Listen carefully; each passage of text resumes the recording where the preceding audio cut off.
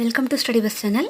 Dead job update என்ன, 3 முக்கிய அறிவிப்புகள், சிஎம் முக்கிய ஆலோசனை, இது குறித்து விரிவாக பார்க்கலாம் அந்த வீடியோவில்.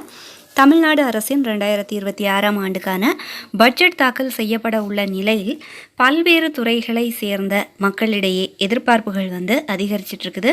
குறிப்பாக பார்த்திங்கன்னா பள்ளி கல்வித்துறையை பொறுத்த வரைக்கும் ஆசிரியர்கள் வேலைவாய்ப்பு எதிர்பார்க்கக்கூடிய அந்த இளைஞர்கள், அது மட்டும் இல்லை மாணவர்கள் மற்றும் பெற்றோர்கள் என பல தரப்பினரும் இந்த பட்ஜெட் அறிவிப்புகளை ஆவலோடு எதிர்பார்த்து வருகின்றனர்.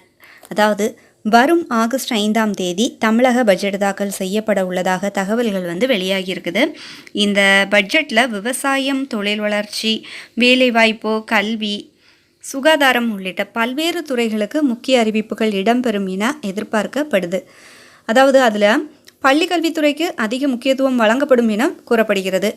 ஏன்னா தமிழகத்தில் பள்ளி கல்வித்துறையில் ஆசிரியர் பணியிடங்கள், மாணவர்களுக்கான வசதிகள், டிஜிட்டல் கல்வி வளர்ச்சி போன்ற பல்வேறு விஷயங்கள் தொடர்ந்து கவனிக்கப்பட்டு வந்துட்டே இருக்குது.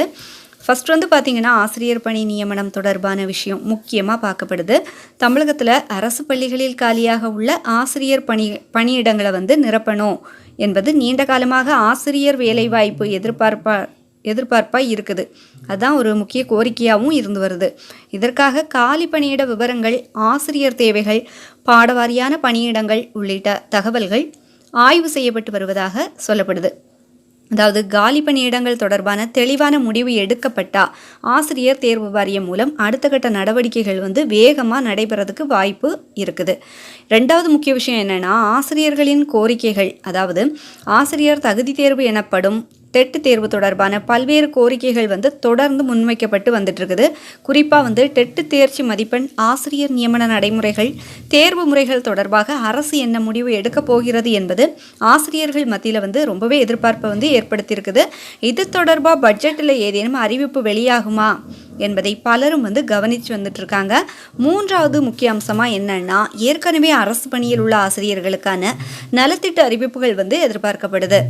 அரசு ஊழியர்களின் நலனை கருத்தில் கொண்டு பல்வேறு திட்டங்கள் மற்றும் சலுகைகள் ஒவ்வொரு ஆண்டும் பட்ஜெட்டில் அறிவிக்கப்படுவது வழக்கமாக இருக்குது. அந்த வகையில் ஆசிரியர்களுக்கான மருத்துவ காப்பீடு, பாதுகாப்பு திட்டங்கள், பணிச்சூழல் மேம்பாடு போன்ற அம்சங்களில் புதிய அறிவிப்புகள் வருமா என்ற எதிர்பார்ப்பு மக்களிடையே ரொம்பவே அதிகமாக இருக்குது. இதை தொடர்ந்து பள்ளிகளின் அடிப்படை கட்டமைப்பு வசதிகளுக்கும் முக்கியத்துவம் வழங்கப்படும் என எதிர்பார்க்கப்படுது. அரசு பள்ளிகளில் புதிய வகுப்பறைகள் அமைத்தல், கட்டிட வசதிகளை மேம்படுத்துதல், ஆய்வக வசதிகள், நூலக வசதிகள் மற்றும் மாணவர்களுக்கு தேவையான அடிப்படை வசதிகளை அதிகரிப்பது போன்ற அறிவிப்புகள் இடம்பெறலாம் அப்படின்னு எதிர்பார்க்கலாம். மேலும் தற்போது கல்வித்துறையில் தொழில்நுட்பத்தின் பயன்பாடு அதிகரித்து வருது.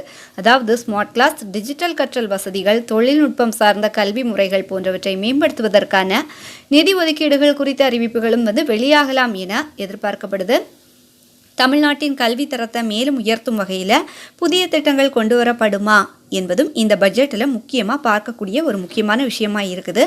அதே போல் மாணவர்களின் கற்றல் திறன், ஆசிரியர்களின் பயிற்சி, பள்ளிகளின் செயல்பாடு, அது மட்டும் இல்லை அதாவது ஆகியவற்றை மேம்படுத்தக்கூடிய வகையிலும் அறிவிப்புகள் வரலாம். என்ன சொல்கிறாங்கன்னா மாணவர்களோட கற்றல் திறன், ஆசிரியர்களோட பயிற்சி, அதே மாதிரி பள்ளிகளின் செயல்பாடு ஆகியவற்றை மேம்படுத்தக்கூடிய வகையில் உள்ள அறிவிப்புகள் கூட வரலாம் அப்படின்னு சொல்லியிருக்காங்க.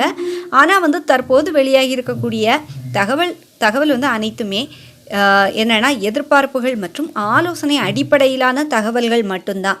ஸோ அரசின் அதிகாரப்பூர்வ அறிவிப்பு பட்ஜெட், அதாவது பட்ஜெட் தாக்கல் செய்யப்படும் நாளில்தான் முழுமையாக நமக்கு எல்லாத்துக்கும் தெரிய வரும்.